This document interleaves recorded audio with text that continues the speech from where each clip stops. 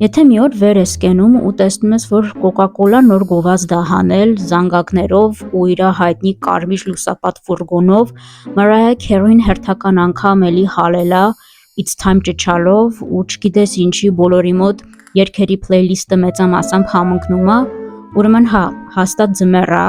հաստատ դեկտեմբեր է ու հաստատ տոներն են մոտենում։ Այդ կապակցությամբ որոշեցի ամանորյա ինչ-որ նկար նկարել, հետո այդ նկար նկարելու մտքին ավելացավ եւս մեկը՝ փորձել անիմացնել։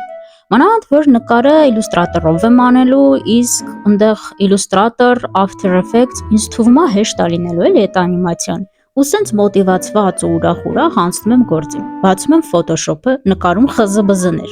Խզբզեի պահը խիչ եմ նկարել, մի հարցրեք։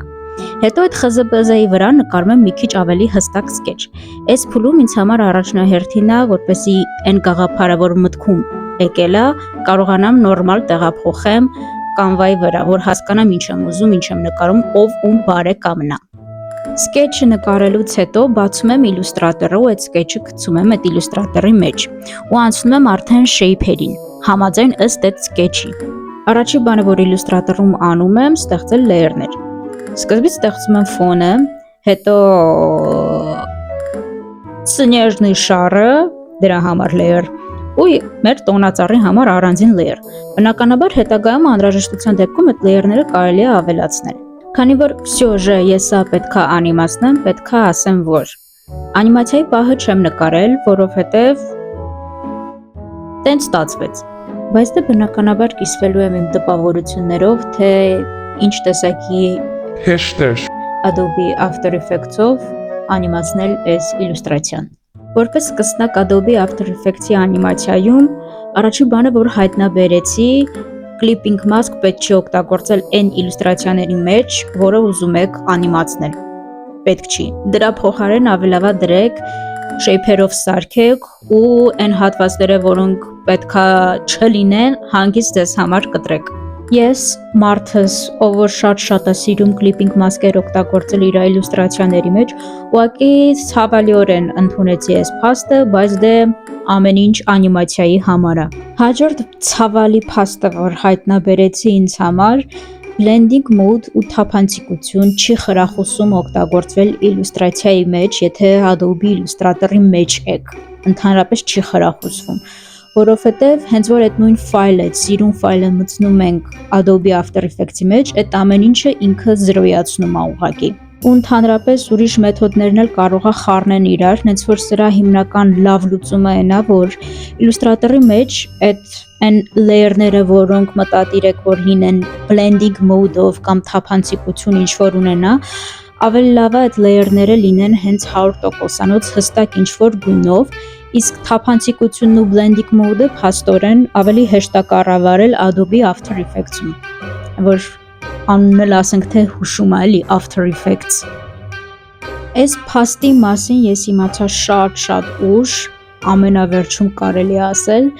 բայց դե ծուլացա ինչ-որ բան փոփոխելու հարցում, որովհետև մանավանդ արդեն 3 օր էր անցել, մանավանդ ֆայլս չգիտեմ ինչի վերջում բռնեց, որ կարելի է ինտերնետով մի հատ sense նորմալ դնել, հանգիստ քո համար պրպտալ, հասկանալ թե ինչը ինչում է։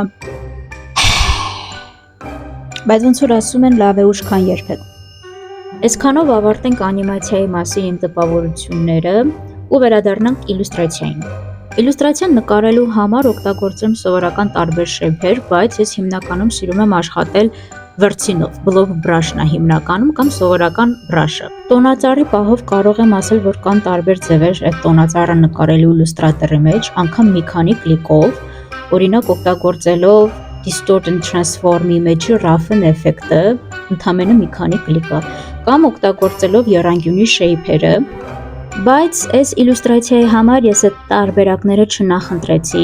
ավելի շուտ նախընտրեցի դնել վրձինով հանգիստ ինձ համար նկարելը։ Դրան մի քանի ֆակտոր ծառայեց, առաջինը, դե ինչպես ասեցի, հենց վրձինը, ես վրձնով շատ եմ սիրում նկարել։ Երկրորդը, ես ինձ շատ եմ սիրում տանջել, եւ երրորդը այն երևակայությանս մեջ այն տոնածառը, որ հայտնվել էր, այն ճյուղերը տոնածառի, որ հայտնվել էին,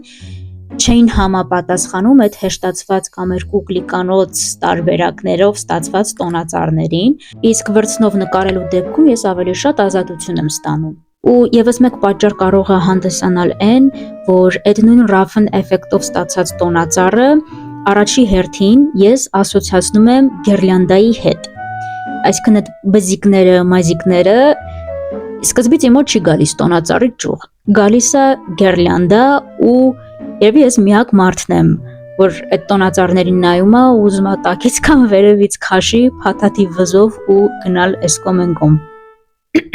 Լավ, մի քիչ շատ ցրվեցի։ Տոնածառի լույսի համար սկզբից 1, հետո 2 layer ստեղծեցի, քանի որ այն պատկերները կամ օբյեկտները, որոնք նախատեսել եք անիմացնել, պետքա լինեն առանձին հիմնական layer-ներով։ Այս ամեն ինչը նկարելուց հետո տեղափոխեցի իլյուստրացիան Adobe After Effects ու հիմնական խնդիրը, որ ծագեց, փաթիլներն էին։ Ահագին ժամանակ հատկացրեցի համապատասխան վիդեո տուտորիալը գտնելու, փաթիլները անիմացնելու համար, բայց դրա փոխարեն բերում էր վիդեոներ, որտեղ մարդիկ հենց After Effects-ի փաթիլներն էին օգտագործում։ Ես էլ ասացի, դե դնեմ, այդպես ուրեմն անեմ։ After Effects-ում կա 2 տարբերակ փաթիլների համար, բայց իմ դեպքում առաջի տարբերակի ժամանակ, չգիտեմ ինչի, փաթիլները լավ սպիտակ չէր անում, ինչ որ կիսաթափածիկ կամ ինչ որ էֆեկտ էր վրան դնում։ Երկրորդի դեպքում էլ ես ինչքան էլ որ մասկով նշում էի գունդը, այսինքն որ այս շարիկից ուրիշ տեղ ինքը հանգարց անիմացիան չդնի, ինքը մեկա շարիկից դուրս էր անում, այսինքն էլ այդքան գունդ չէր ինքը իրան հասկանում, այլ որպես քառակուսի կամ ուղղանկյուն։ Ինչևէ, խորը շունչ քաշելով ընդունեցի իրականությունը ու ստացվեց այսպիսի մի անիմացիա։